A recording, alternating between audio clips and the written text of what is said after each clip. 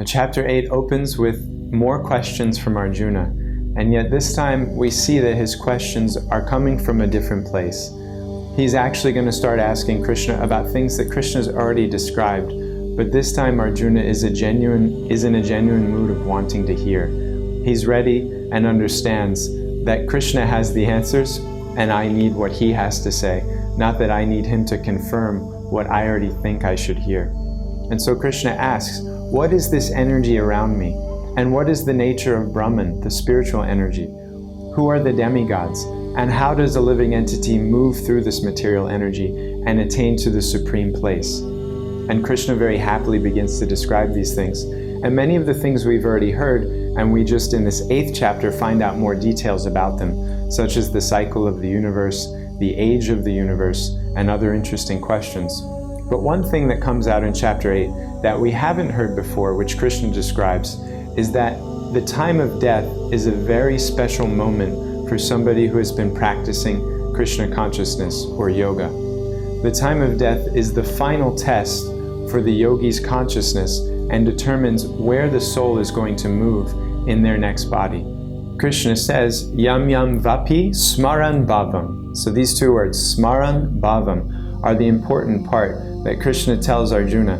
Smaran means remember, and Bhavam means the mood that you particularly remember. So what you think of at the time of death is going to determine where you go in your next life. It's quite natural, really. We've spent a whole lifetime developing a particular consciousness, and so at the time of death we often hear that people's life flashes before their eyes. And if we developed over the course of a lifetime a mood of service and surrender to divinity, then at the time of death, the strength of those experiences is going to come to the forefront of our consciousness, and it's going to pull us into that reality. Through the experience of the physical body's dying, the soul is going to be able to recognize, hey, that physical body which is dying is not actually me. The real me is something beyond that physical body. The real me is something transcendental to this temporary situation of death which the body is now moving through. But if we haven't developed this strength of spiritual consciousness, then at the time of death, we're going to be concerned about what's going to happen to our family.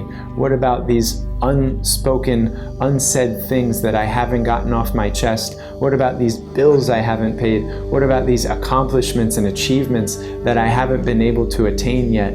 Those kinds of temporary worldly concerns are going to flood us at the time of death if we haven't developed the strength of spiritual consciousness to recognize that it's not really myself which is dying, but just the temporary self which was created based around the circumstance of the body that's now coming to an end. So this very important point that what we remember at the time of death will determine where we go in our next life is established by Krishna in this 8th chapter, and it segues us into the 9th chapter where Krishna describes the most confidential knowledge.